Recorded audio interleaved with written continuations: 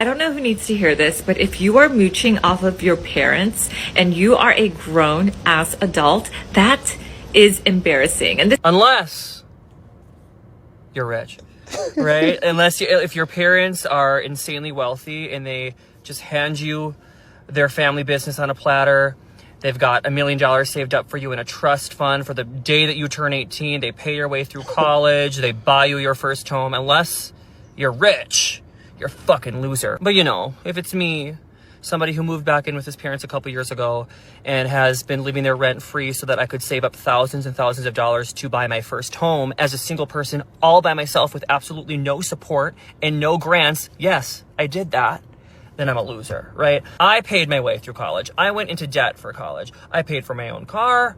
I got my own job. I make my own money, but I'm a fucking loser because I'm more middle class than I am upper class. I'm a little bit triggered. If your parents have a shit ton of money, you taking from them is considered resourceful. It's you just, using what privilege you have, and that's a good thing. Like, oh my God, if I had tons of money and I had kids, I would want to give it to them too. Yeah, absolutely you would. But just because you don't have tons of money, you shouldn't want to help your kid out in some way, in any way you know how. And you as a child of a parent who isn't wealthy but more middle class or lower class, you shouldn't want to take any sort of support from the people who raised you. But if you're rich, that's A-okay. Makes no sense. Makes no sense at all. Shush. You hear all these comments about, oh, that's generational wealth when they're passing it around. But then you go ahead and you do that with your own. Oh my God, you're a deadbeat. I don't think you've ever come to our level to understand exactly what we're going through. So you can't be putting the same type of rules and regulations on us, but it doesn't apply to you when you're up there in the upper echelon. Well, obviously from the title of this video, you already know what we're about to get into. Most tone-deaf comments that have been given by rich people.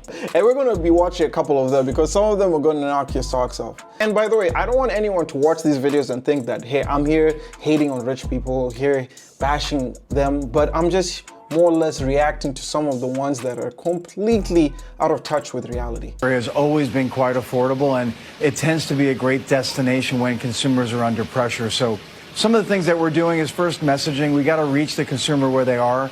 So we're advertising about cereal for dinner. If you think about the cost of cereal for a family versus what they might otherwise do, that's going to be much more affordable. But in general, the cereal category is a place that a lot of folks might come to because the price of a bowl of cereal with milk and with fruit is less than $1. So you can imagine why a consumer under pressure might find that to be a good place to go. Right. I'm all for innovation and marketing, but the idea of having cereal for dinner, is there the potential for that to land the wrong way? We don't think so. In fact, it's landing really well right now, Carl. When we look at all of our data, of course, we would know that breakfast cereal is the #1 choice for in-home consumption. We understand that for breakfast. It turns out that over 25% of our consumption is outside the breakfast occasion. A lot of it's at dinner, and that occasion continues to grow, as well as the snacking occasion. But cereal for dinner is something that is probably more on trend now, and we would expect to continue as that consumer is under pressure. The cereal. He basically looked at how people's consuming habits changed, and he thought, hey, you know what? The biggest trend that is causing all of this is because people want to have cereal for dinner. I beg your pardon? How are you suggesting cereal for dinner? Sugar and some milk for dinner? Bruh. Here's another comment that someone even said, which I can agree with it. It's like, cereal was affordable. With the massive price hikes, it doesn't fit in my budget anymore. As soon as you make money, you completely forget what reality is. He himself would not even have cereal for breakfast. I can bet you that. But he would suggest having cereal for you because, hey, if you're struggling and experiencing that pressure with cost of living, guys, and you can't have food to eat, a bowl of sugar and some milk. That's a great idea. I don't know, is it me? Y'all let me know. I mean, some people eat cereal for dinner even in case you just don't want to cook. Like, sometimes you can't whip it up quick enough in the kitchen. But it doesn't mean that people want to be having cereal for dinner. Like, that's not even nutritious. It lacks the main nutrients for someone to grow. And you're telling someone to have this for dinner? Do you want to see how the wealthy actually talk about the poor? Let's take a look at a conversation that occurred between John Taffer and Laura Ingraham. Keep in mind that John Taffer is worth $14 million. And Laura Ingraham is worth $40 million. Damn. What if we gave that additional unemployment benefits to employers to incentivize people to go to work? Well, what if we just cut off the unemployment? I mean, hunger is a pretty powerful thing. I don't mean physical hunger, because people who truly are in need help. I'm talking about people who can work but refuse to work. John, I want to ask you, though, about this idea of work-life balance. Have we taken that a step too far when you think of, well, a lot of the millennials talking about, well, I need time for self-care. I don't know why I'm harping on that tonight, but the whole self-care movement is a little, I mean, my mother is not with us anymore, but she worked by the time she was 12 during the Depression. If she heard the self-care thing, I think her head would explode. Oh my God. You know, I think that's right. Old I have school. a friend in the military who trains military dogs, Laura, and they only feed a military dog at night because a hungry dog is an obedient dog. Well, if we're not causing people to be hungry to work, then we're providing them with all the meals they need sitting at home. So let's break this down. First, Laura suggests that they should cut off unemployment altogether because being hungry is a good motivator. And even though she's quick to correct that she doesn't mean physical hunger, I don't believe that, and I'll get into why as we're breaking this down. Next, Laura brings up the idea of self-care in a mocking tone, and then lauds up this example of her mother who started working when she was 12. Because that's what they want. Trust me, the wealthy would be dying to employ your children if child labor were still legal.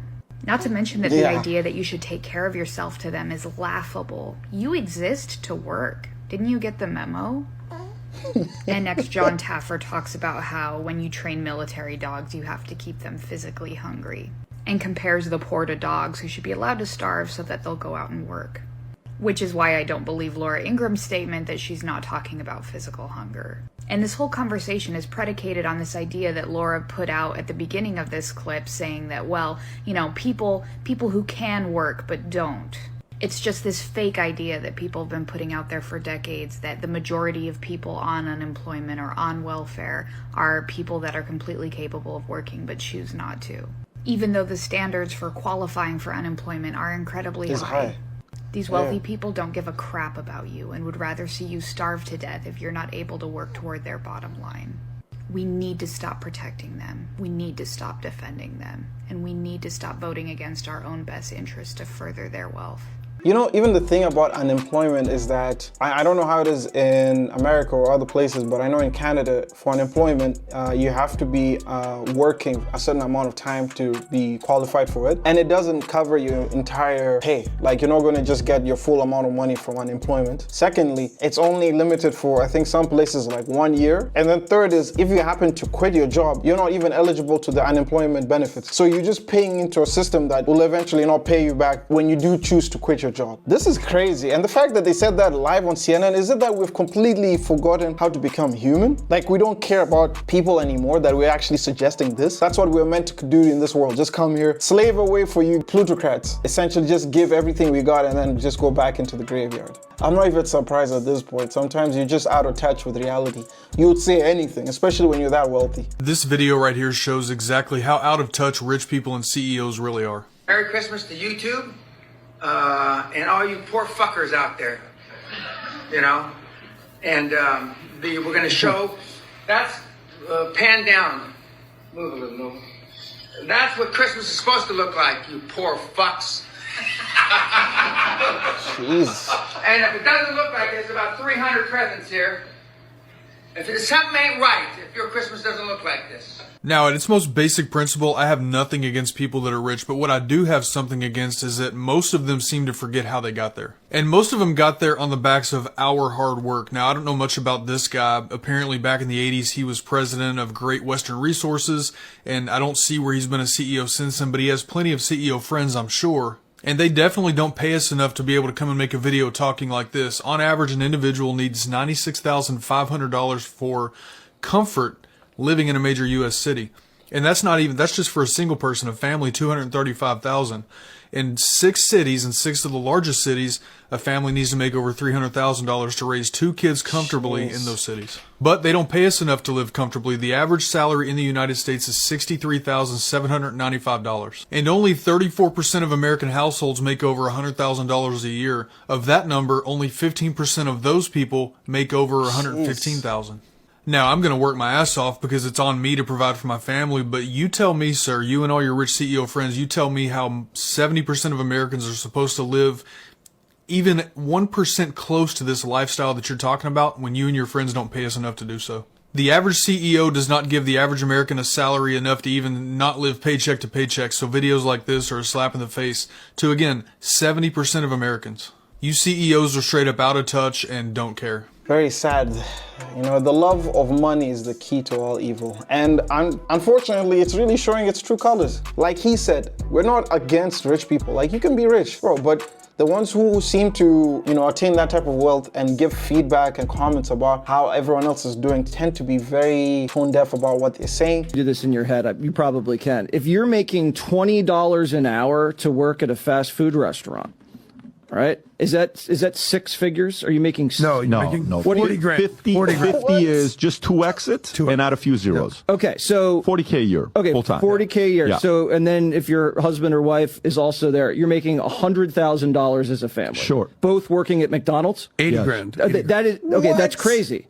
That is crazy, because that job really doesn't require much. So it's inflating the entire, you know, labor sector and the Happy Meal. And the Happy Meal. You're very good at math, so. What is he talking about? It's inflating the whole You were probably making 100 times more than that, dude. And you're talking about like the husband, the wife, and the kid working at McDonald's? Making 100K plus?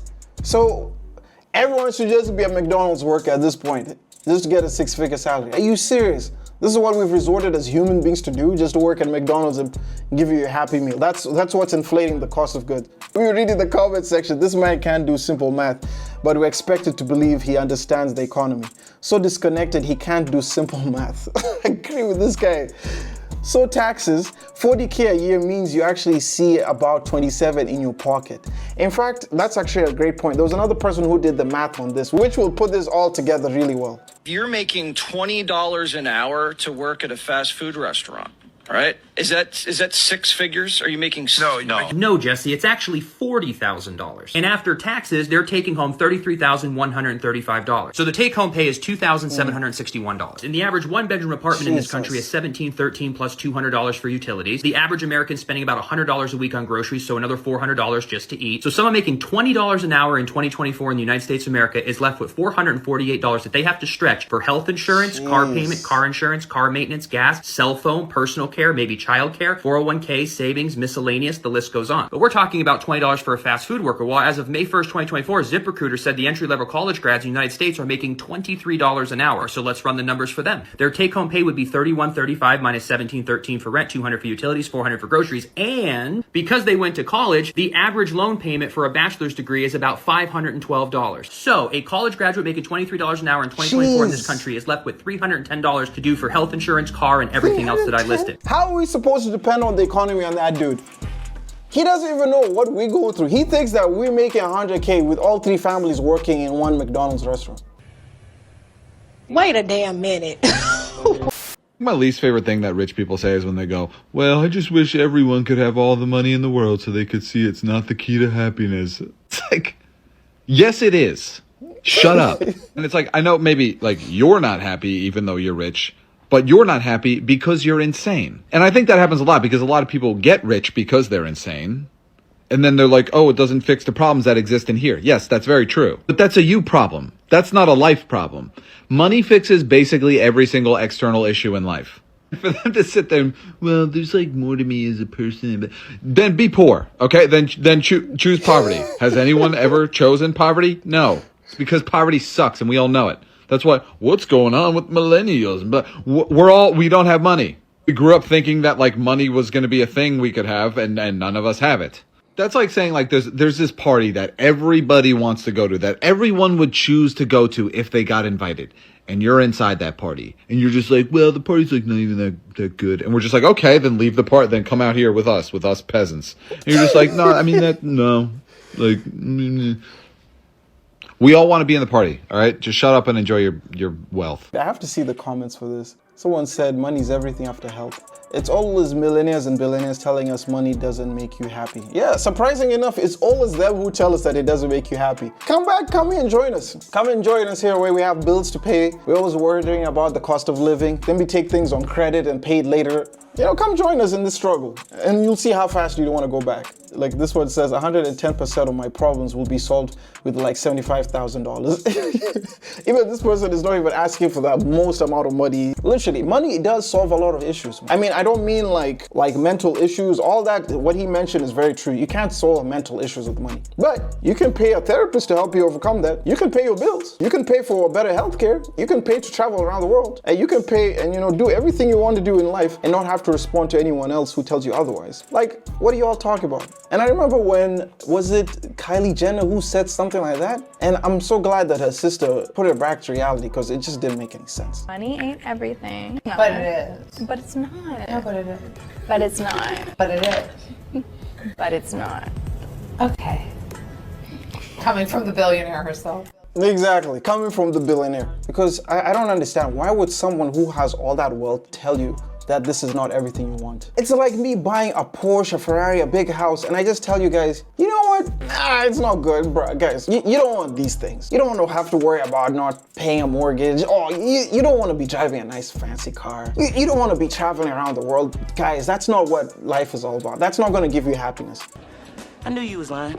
I knew you was lying, man. So, okay, then tell me what? Tell me something outside of it that's gonna give me happiness. Yes, I have family. Yes, I love them to death. My friends, absolutely. The fact that I'm breathing, yes, and I have my health. Of course, those are all things that we all are happy about. But outside of those, like, the debt collector needs his debt money. 3 things rich people do that they do not want you to find out. Number 1, we never pay full price. When you shop, consolidate with a store or one shop assistant. That way, you make sure you get the best possible deal. Number 2. So you have all that money, millions, billions of dollars, but you're still haggling on prices? Please tell me how that makes sense. Oh, heavens me. So the rich people are not going to tell us this. Okay, listen here, number 2. Go right to the top. When I go to a restaurant, I ask to speak to the maitre d'. When I go to a hotel, I asked to speak to the general manager. Why the maitre d'? Why not the waiter? Because he's the person singularly responsible for making sure you have the best experience. Number 3, we cultivate. I'm not even, let our relationships. So that maitre d', that general manager, that person who made sure I had a good time will receive a thank you note from me, a card at Christmas, a hello, how are you doing? Thanks again for all your help. I really appreciate it. That way, the next time you visit the establishment, you're well taken care of. Listen, the cultivation of relationships, I understand that one for sure. I don't know. I feel like that one is just more or less like if you go to a specific establishment that they know you really well, maybe. Like, I'm sure Cristiano is not going there to go to the maitre d' and telling him, like, guys, I'm Cristiano. I'm gonna, I want to make sure our relationship is dope. I'll be making sure to write you some, Christmas cards every year. And I'm pretty sure there's always someone, like their secretary, who would plan out and go there and let them know that someone important is coming. And that person is doing all of the connections for them. And the person just shows up. You know what I mean? That's how I would expect it to be, no other way. I have to see the comments here because this is hilarious. And as a manager, I will treat everyone the same no matter what you are or what money you have. Rich people never tip too. Just always humble, normal people do. If you work in any customer service, you know that these rich people are not always nice like that. Really, rich people don't look at prices, they look at products. But anyway, so someone asked her what a maitre d' is and how do you speak to them? This is a continuation, someone asked her this. So here's the response, and this is the funny part. The person who wrote in asking how you ask for the maitre d' at a restaurant, I don't know that you ask for them really. I've never really had to. I think when you go to a restaurant, it is their job to make sure you have a good experience, so you shouldn't really be asking for them. They should be coming to greet you.